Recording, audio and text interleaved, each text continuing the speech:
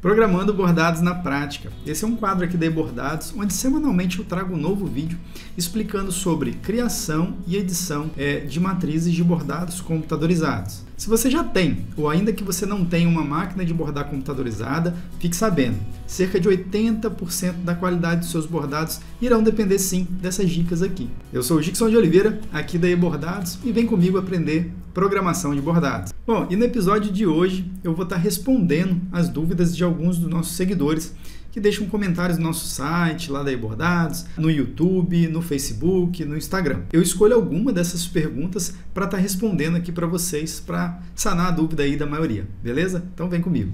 Bom, a primeira pergunta de hoje é aqui da Rosa Alfama, que deixou lá no nosso canal do YouTube a seguinte questão. Boa tarde, uma pergunta. Por que faz a primeira cor que borda em tudo é o branco? Bom, Rosa, vamos lá. Vou te responder. Você comentou sobre esse bordado aqui, ó. Eu tô com o Wilcon 3.0 aberto. Eu costumo usar o 4.5, mas na aula de hoje eu vou estar usando o 3.0, tá? Para poder atender também a galera que tem as versões anteriores do Wilcon, que tem gente que tem a versão 1.0, 1.2, 2.0, 3.0, que é essa minha aqui. Da 1.0 até a 3.0 as versões são muito semelhantes, não muda muita coisa a título de ferramenta e funcionalidades, tá? O que muda bastante, radicalmente, a interface gráfica é justamente na versão 4.5, que eu costumo usar nas aulas, mas hoje especialmente eu vou usar 3.0 para também atender a maior parte da galera aí que usa as versões anteriores, tá? Então vamos lá, Rosa, eu vou abrir o Papai Noel, qual você comentou ali, que você fez a pergunta.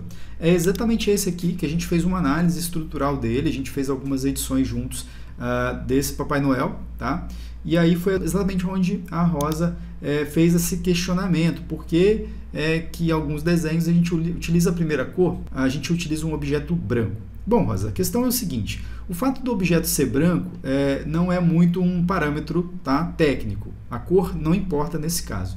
O fato que o que a gente fez ali foi exatamente isso aqui, ó. Eu vou dar um Shift S para exibir só esses primeiros objetos, respondendo exatamente a sua pergunta, inclusive com o desenho qual a senhora questionou, tá?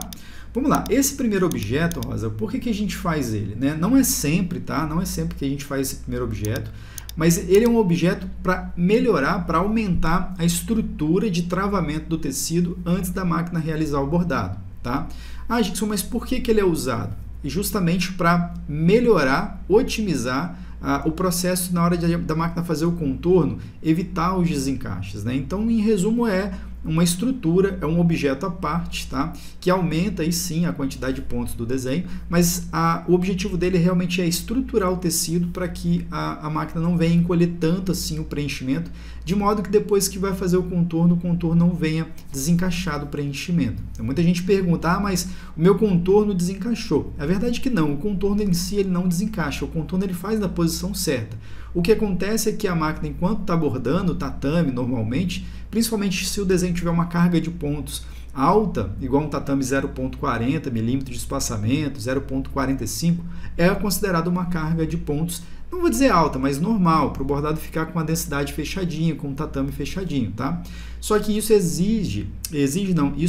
executa uma pressão sobre o tecido que está bordando muito grande. Então a tendência é que o grau de deslocamento do tecido vai aumentando, então o tecido vai encolhendo radicalmente, no sentido perpendicular ao ângulo da costura do tatame, e vai fazendo um desenho encolher, o desenho vai levemente encolhendo, e depois na hora que faz o contorno passa na posição certa dele, só que aí o preenchimento ficou deslocado, porque o preenchimento encolheu. Então na hora que faz o contorno, que por sua vez faz certo, o preenchimento é que não fez certo, porque ele encolheu, tá? Então por isso a gente usa de fazer em alguns desenhos, tá? Onde a gente tem uma carga de pontos grande, ou uma área de enchimento complexo, que eu chamo, que é a área útil, onde o ponto tatame vai ser percorrido. Se essa área, esse deslocamento do ponto ele é muito longo, a tendência é que a máquina desloque mais o tecido, encolha mais o tecido, tá? Acontece um grau de deslocamento maior. Por isso, muitas das vezes, em alguns objetos, a gente analisa cada desenho, o seu desenho, porque também não é interessante sair colocando isso aqui em todos os desenhos, tá? Não carece muitas das vezes, porque senão você vai ter um objeto a mais, é uma cor a mais, é mais ponto na máquina, então isso, de forma desnecessária também, passa a ser um problema na produção, tá? Então, vamos analisar esse desenho aqui, ó. Tá vendo? Ele é um desenho, esse Papai Noel é um desenho que tem, ó, Ctrl A, Se você observar aqui embaixo, 122 milímetros. Não é tão grande assim, é 12 centímetros de largura, tá? Não é, de fato, tão grande, só que olha a quantidade de pontos dele. 19 mil pontos é a quantidade de pontos que esse desenho tem. E ele não está tão pesado não, tá? Se você olhar aqui no enchimento, ó, o espaçamento dele, do corpinho aqui, por exemplo, ó, do corpo, do gorro dele, do tatame, tá vendo? Tá tudo com 0,45, que é um espaçamento saudável, né? O mínimo, vamos dizer assim, para que o desenho não fique, a densidade do ponto não fique com a trama aberta, tá? Não fique exibindo o fundo do tecido, tá? É o mínimo. Se você começar a colocar abaixo disso, ele já começa a ficar com uma carga de pontos muito maior.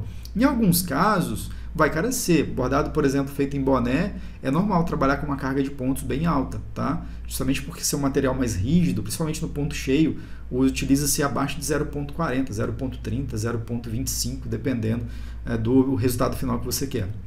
Tá? Mas nesse caso aqui, como é um desenho com uma característica infantil, vai ser utilizado ali na cozinha, em época natalina, né?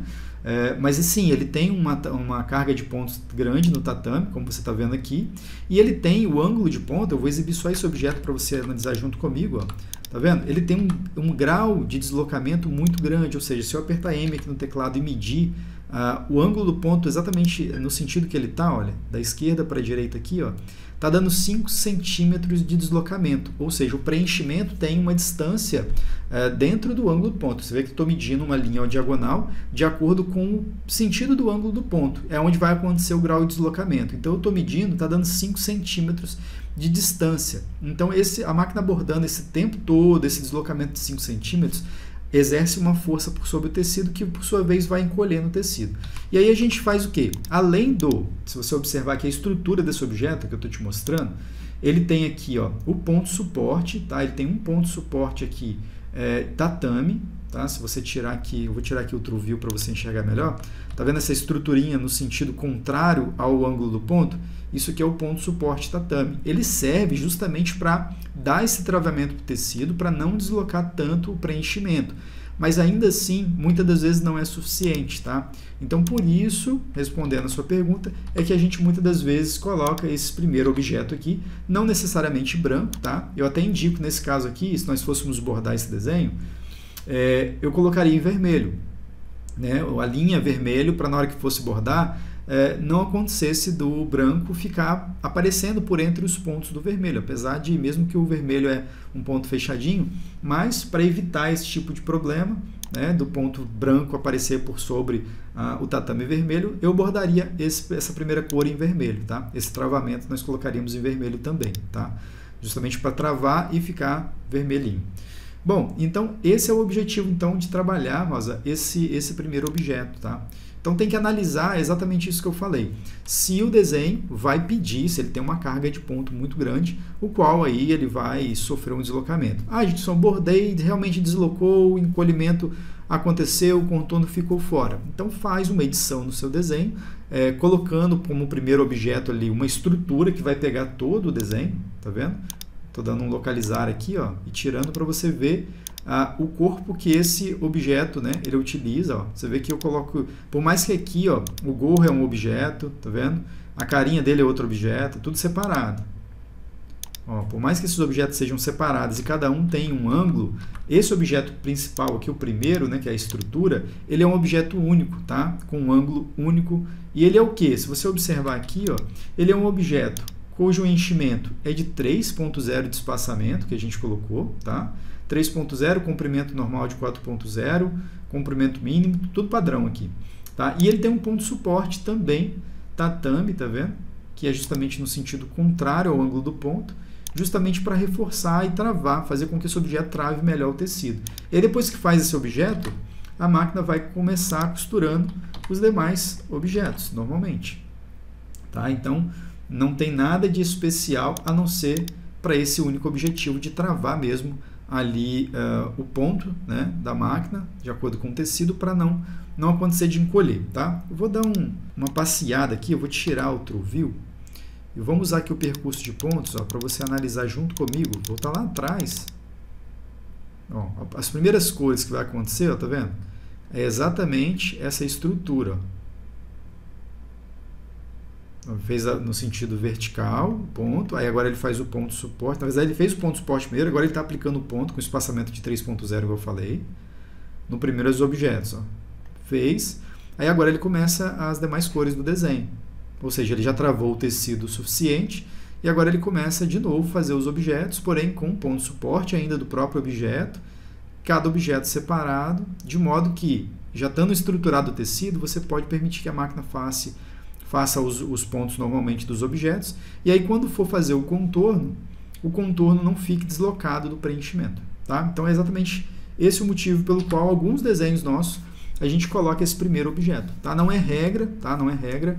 Ah, Gixson, que momento que você não colocaria? Por exemplo, se a gente estivesse trabalhando com contorno em ponto cheio aqui, tá? Eu vou fazer uma alteração para você ver. Em que momento que eu não precisaria colocar? Se eu estivesse trabalhando com um desenho cujo o ponto do contorno é ponto cheio, com espaçamento igual aqui, ó, de 3 ou 2.0 de espessura na entrada C, ó, eu não precisaria colocar, porque o próprio contorno resolveria o problema do deslocamento, porque o tecido ia encolher levemente, mas na hora que fizesse o contorno ele resolveria o problema. Só que nesse caso aqui, originalmente, o contorno desse desenho que nós fizemos, ele nada mais é do que um corrido simples com 4 repetições, tá vendo? São 4 linhas de repetições de contorno. Então sim, ele fica um contorno fininho, não tão fininho assim, mas ele fica delicado, só que ele é insuficiente para esconder qualquer imperfeição de deslocamento do preenchimento, tá? Então, por esse motivo a gente preferiu reforçar também por causa do contorno, além do preenchimento, né, com a densidade do preenchimento e pelo grau de deslocamento que o preenchimento vai causar no tecido, a gente também preferiu fazer por esse motivo. Beleza, Rosa? Espero que eu tenha te ajudado, esclarecido aí as suas dúvidas. Se ainda não ficou claro, coloca aqui nos comentários e... Bom, vamos para a próxima pergunta aqui, que também é da Rosa. Olha que legal, a Rosa mandou 2 questões para a gente aí, a gente vai responder as 2, tá, Rosa? Ela diz assim, ó, na outra pergunta: boa tarde, gostaria de saber como faz para tirar a medida do bordado. Para medir, certamente ela está perguntando como medir o bordado. Vamos lá, Rosa, ainda aqui no Wilcon E3.0, vou aproveitar o mesmo desenho que eu estava tratando com a senhora ainda há pouco, para te mostrar aqui, olha. Eu vou dar um Ctrl A no desenho, tá? Um Ctrl A na tela do Wilcon. Com o objeto aberto, Ctrl A significa selecionar todos os objetos. Então o Wilcon vai catar todos os objetos que estão dentro da área de trabalho daquele arquivo, tá? E vai selecionar, de modo que se a senhora arrastar aqui, ó, tá vendo? Todos os objetos estão selecionados, tá? Esse é o primeiro passo para a gente ver a medida do desenho, tá? Dá um Ctrl A. E aqui embaixo, ó, na barra de propriedades, tá vendo? Nesse cantinho direito meu aqui, ó, eu tenho aqui a largura, ó, L de largura, e A de altura, cujo eu tenho 100% desse valor representa a largura e 100% de altura, tá? Ah, mas o meu Wilcon não tem, Gixson, essa barrinha. Então você vai clicar com o botão direito em qualquer área aqui, ó, dessa parte cinza, tanto aqui em cima ou aqui embaixo, e você vai vir aqui, ó, barra de propriedades, tá vendo? Você vai clicar, tá vendo? Eu desmarquei, né? O meu estava habilitado, estava mostrando, por isso que eu consegui te mostrar ali a largura e a altura. Mas caso o desenho da senhora, o Wilcon da senhora não tenha essa barra, a senhora vai clicar com o botão direito aqui e vai pedir a opção barra de propriedades.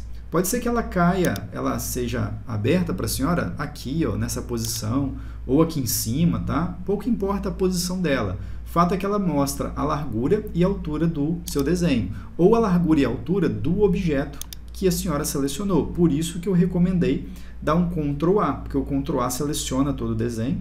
Deixa eu colocar ela aqui embaixo, aqui, ó. Tá? Mas você pode trabalhar com ela em qualquer lugar da tela que você quiser.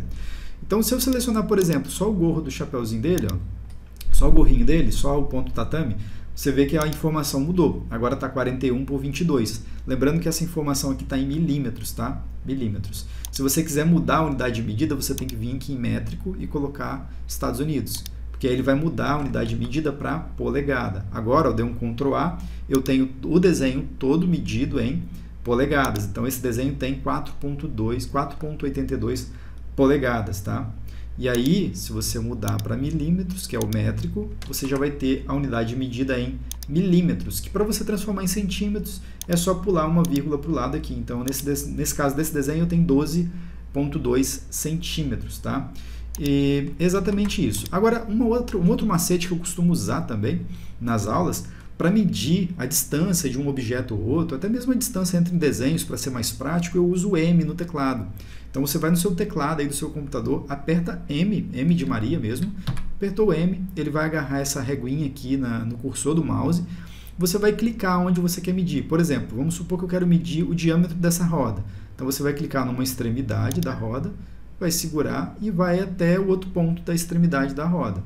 E aí você vai observar, ó, que tem uma caixinha de diálogo mostrando para você qual o comprimento dessa distância, que nesse caso aqui é de 40 milímetros, ou seja, 4 centímetros tem essa roda minha. E aí você tem exatamente o controle de saber qual a dimensão, qual a distância, qual o tamanho de todos os objetos do Wilcon. Ah, Gixson, mas dá para fazer isso selecionando o objeto? Também dá. Se eu selecionar esse objeto aqui, como ele é um objeto inteiro, é só você clicar no objeto, ó, tá vendo? É o objeto inteiro. Só clicar no objeto e observar aqui embaixo o tamanho dele, 39,73, tá vendo? E se eu clicar, por exemplo, nessa fivela do cinto dele, tá aqui a medida do desenho. Ou você pode também fazer igual eu fiz ali. Então, assim, tem essas duas possibilidades para você observar a medida de objetos ou do desenho todo. Para medir objetos, eu prefiro utilizar essa reguinha aqui do teclado apertando M, que aí você mede distância, você mede uma série de considerações ali acerca do desenho. Se você quiser medir o desenho num todo, aí eu já sugiro que você dê um Ctrl A para selecionar todos os objetos e aí você olha na barra de propriedades a largura e a altura do seu desenho. Beleza? Bom, eu espero que eu tenha respondido aí a sua dúvida mais uma vez, Rosa. Sucesso. Tchau, tchau. Bom, agora a gente vai aqui para a pergunta polêmica, essa pergunta aqui, hein? Franco, ele é o Franco Marcelino R. Souza, tá? A pergunta muito inteligente, por sinal, parabéns aí pela pergunta. E ele diz assim, ó, como fazer recorte em ponto Riplet? Muito boa pergunta, Franco. Vamos lá, vamos tentar te ajudar com essa dúvida aí. Para isso, vamos aqui para a tela do Wilcon, tá? Então eu estou utilizando aqui, como eu disse, a versão 3.0, tá? Deixa eu mudar aqui o desenho para um floral Riplet que eu tenho aqui aberto na tela, tá? Mas antes da gente seguir respondendo a dúvida ali do Franco, eu tenho que dizer o seguinte, Franco, antes de responder claramente, objetivamente a sua dúvida, se dá para abrir um buraco, um orifício, se dá para fazer um corte em objetos Riplet do seu desenho, tá? Antes de responder tecnicamente ali a sua questão, eu preciso desmistificar algumas coisas que têm acontecido aqui no mercado brasileiro quanto ao tipo de ponto. Tem muita gente que de forma equivocada tem classificado determinados tipos de desenho como Riplet, tá?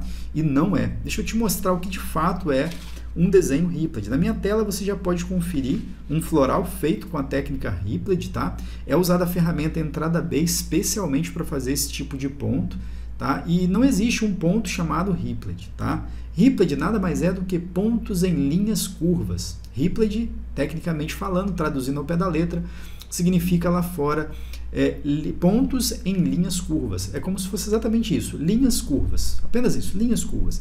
Como a gente faz desenhos com linhas curvas e com grande grau de espaçamento, a gente dá esse nome à técnica chamada de Riplet, tá? E é esse mesmo desenho que você está vendo na tela, e eu tenho um muito parecido aqui que usa essa mesma técnica, tá vendo? Você pode observar, olha, que os objetos eles têm uma curvatura e um espaçamento bem considerável. Então, esse tipo de desenho aqui caracteriza-se como ponto Riplet, é uma técnica chamada Riplet, tá? Como eu disse. Agora, Gixson, por que está acontecendo? O que não é Riplet, então? Esse aqui, ó, deixa eu te mostrar vou mostrar bem perto aqui para você ver. Esse ponto aqui, ó, ele não é Riplet. E a galera no mercado está falando que isso aqui é ponto Riplet. Não é. Isso aqui é conhecido como pontos leves. Aqui no Brasil a gente chama de pontos leves, o que dá-se também com o nome de pontos rápidos, tá? É uma técnica que também veio de fora, tá? Onde a gente coloca um espaçamento bem alto ali, 0.80, 0.90 no tatame, para criar esse espaçamento. Mas se você observar, é bem diferente as duas técnicas, tá? Esse aqui ele não tem muita curvatura nos pontos, ele só tem uma leve um espaçamento um pouco maior do que o convencional.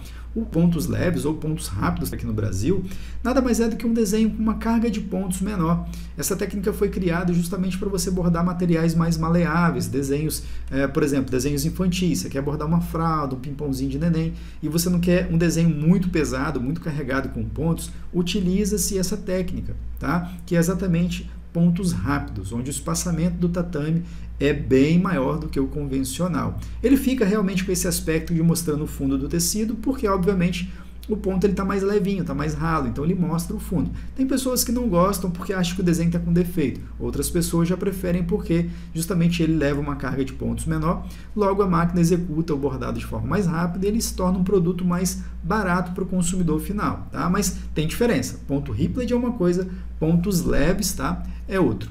Quick Stitch, é exatamente esse o nome da técnica que eu te mostrei aqui.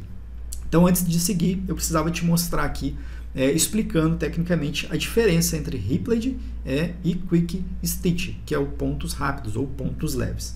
Beleza? Agora vamos seguir aqui com a sua dúvida, te mostrando, Franco, né? Vamos lá, Franco, te mostrando aqui na prática que agora que eu respondi essa dúvida, eu posso te mostrar que sim e não, né? Tecnicamente, respondendo ao pé da letra, como você me perguntou, dá para fazer um buraco, né? Voltando aqui à dúvida, como fazer recorte, tá? Como fazer recorte em ponto Ripley, né? Eu vou pegar o ponto Ripley aqui, oficialmente, para responder tecnicamente a sua pergunta.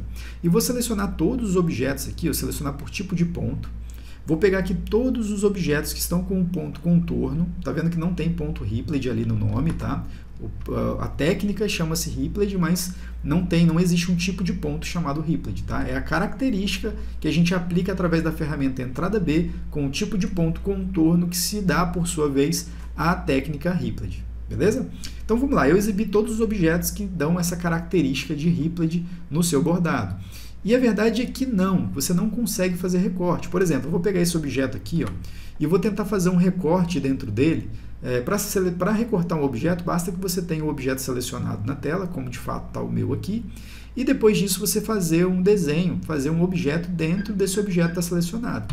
E aí quando eu tento fazer isso no objeto Ripley, na técnica Ripley, ou seja, dentro da ferramenta entrada B, aplicado o contorno, ao tipo de ponto contorno, olha o que ele faz. Ele transforma o seu objeto em uma outra estrutura de ponto. Então não dá para fazer recorte. Inclusive, ó, você consegue fazer adaptações, tá vendo? Você consegue mudar o formato do objeto. Isso você consegue fazer, tá? Eu não considero isso aqui um corte, tá? Por isso que eu respondi que não dá para fazer. Isso aqui eu considero como uma edição, tá? Na posição, no formato do seu objeto. Isso você consegue fazer, você faz uma abertura. Recorte, ou seja, dividir esse objeto em dois, não vai dar certo, tá? Não vai dar certo. Você não vai conseguir dividir porque quando você vai aqui para criar um objeto interno, ele vai criar dupla camada. Ah, Dixon, mas eu tenho aqui a ferramenta de recorte. Beleza, a gente pode pegar a ferramenta de recorte aqui, peraí, que é essa daqui, para tentar fazer um recorte no objeto, mas ele também não vai permitir. Ó, peguei aqui a ferramenta. Ó, tá vendo? Eu fiz o recorte no objeto. Recortar ele deixa, só que ele transforma o objeto em uma outra propriedade de ponto, que se você observar, olha ela aqui, ó. Ele transforma o objeto que antes era desenhado com a ferramenta entrada B, ele transforma em curva complexa, tá vendo? Que é o enchimento de fusão, né? Aqui no Wilcon 3.0 é o enchimento de fusão, a ferramenta que faz esse, tá vendo? Esse objeto aqui, ó, enchimento de fusão. Lá no 4.5 é curva complexa, é outro nome, tá? Mas enfim, isso não é o tema aqui dessa resposta aqui. Fato é que não dá certo porque ele muda a estrutura do objeto, então ele aplicou até um tipo de ponto cheio aqui. Então, fato, não dá para fazer, tá? Então, viu aí que não dá certo, você consegue apenas mudar a estrutura do seu objeto uma vez em Ripley. Agora, se você está perguntando baseado no outro tipo de ponto, de repente você não tinha ainda essa informação, que o que de fato é um ponto Ripley, né? Aí sim, naquele tipo de objeto lá com pontos leves, né? Tomando liberdade de mudar um pouco a estrutura da sua pergunta, caso seja o caso, né? Vamos supor que você tenha tido a intenção de me perguntar se dá para fazer um buraco ou um corte em objetos aplicado pontos leves, que são os pontos rápidos, Quick Stitch.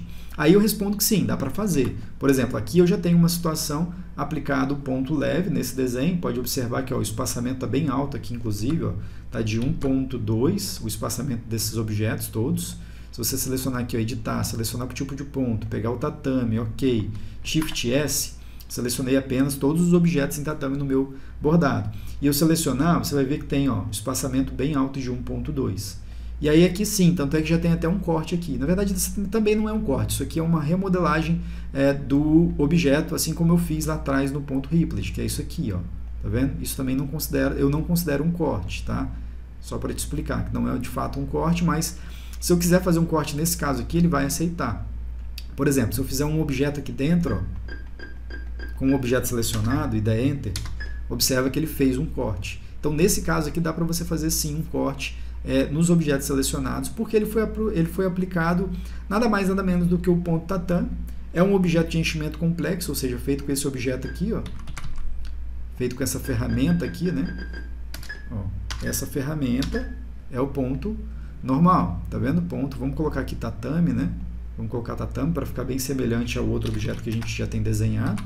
E aí, com esse objeto desenhado e enchimento complexo, eu posso fazer um outro objeto dentro dele com ele selecionado. E aí, quando eu carregar com Enter, ele vai fazer um buraco vazando. Ou seja, ele vai realmente, nesse caso, conseguir cortar os objetos, tá?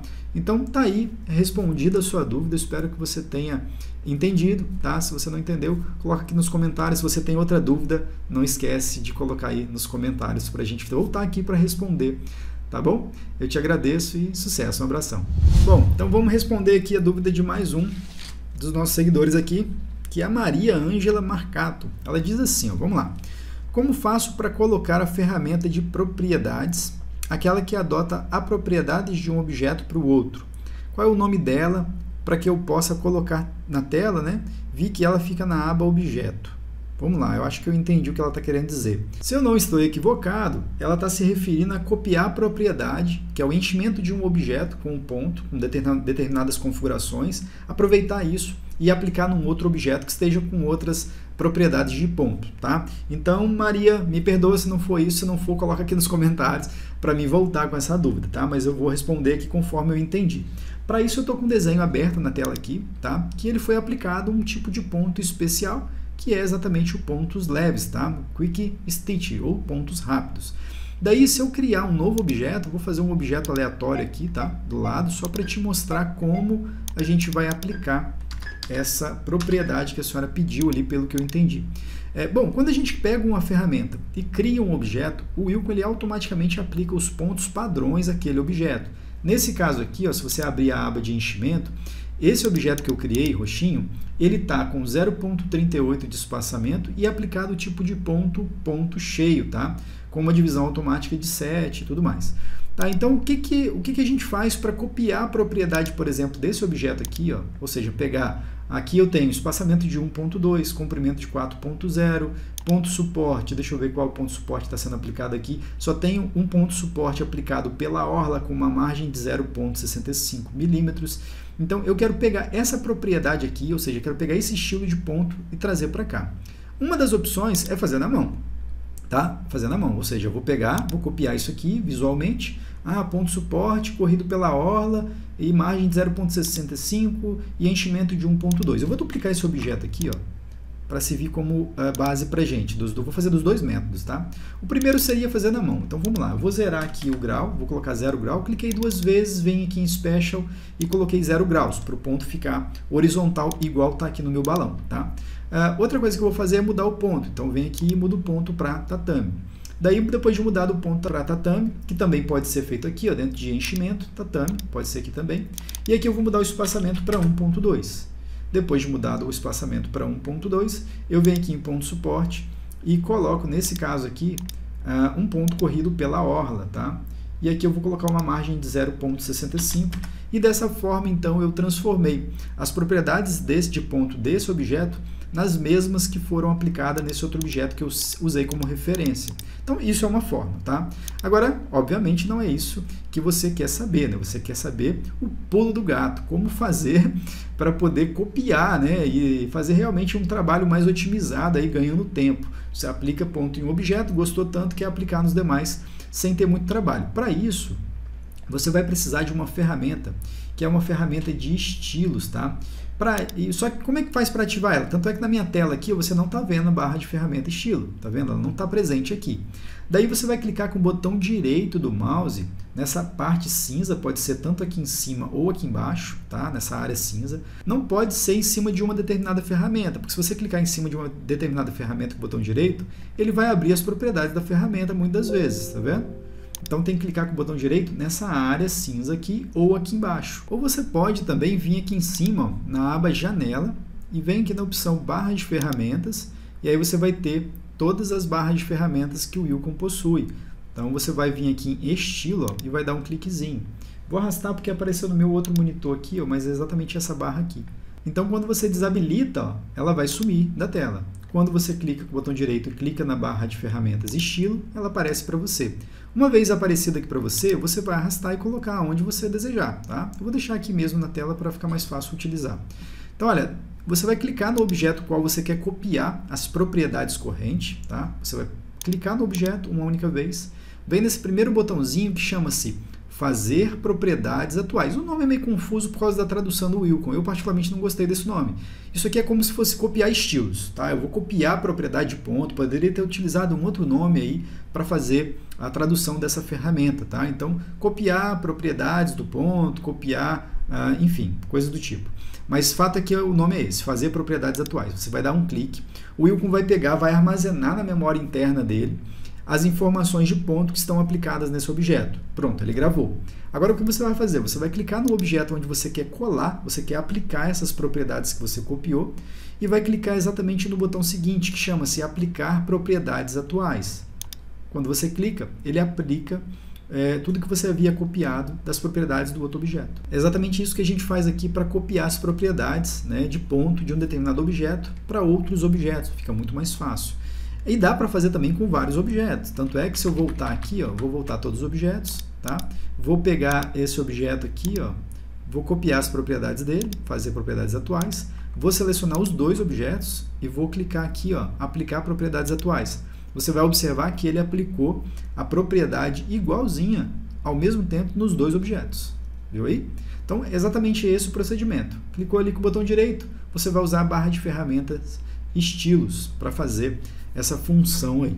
Beleza? Bom, esse foi o episódio de hoje, espero que você tenha gostado. Não esquece de deixar aqui o comentário perguntando algo sobre o Wilcon Embroidery Studio, o que você quer aprender, por que você está gostando, ou se você não estiver gostando também pode deixar seu comentário, deixa o seu joinha especial se você está gostando desse tipo de conteúdo e compartilha esse vídeo para que mais pessoas sejam agraciadas aí com conhecimentos sobre programação de bordados. Tá bom? Te vejo no próximo vídeo e até logo. Tchau, tchau.